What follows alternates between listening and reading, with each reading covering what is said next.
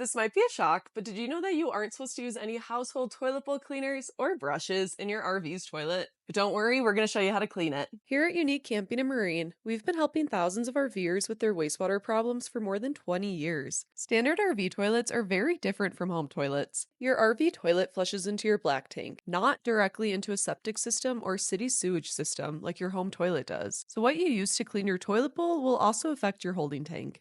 A lot of household cleaners not only contain ingredients that can damage your seals, they are usually antibacterial. Bacteria actually play a vital role in breaking down the waste in your black tanks, hence why we don't recommend killing them by using an antibacterial household cleaner. The best type of toilet bowl cleaning product for an RV is one that is chemical free, won't damage the toilet bowl, and will actually help to boost the bacteria colonies in your black tank. The cleaning tools that you use inside of your RV's toilet bowl are also very important. A lot of you might already know this, but plastic RV toilet bowls or porcelain toilet bowls with plastic components can be very susceptible to damage, so you shouldn't be using a stiff, bristled toilet brush. Rather, we recommend using a silicone toilet brush.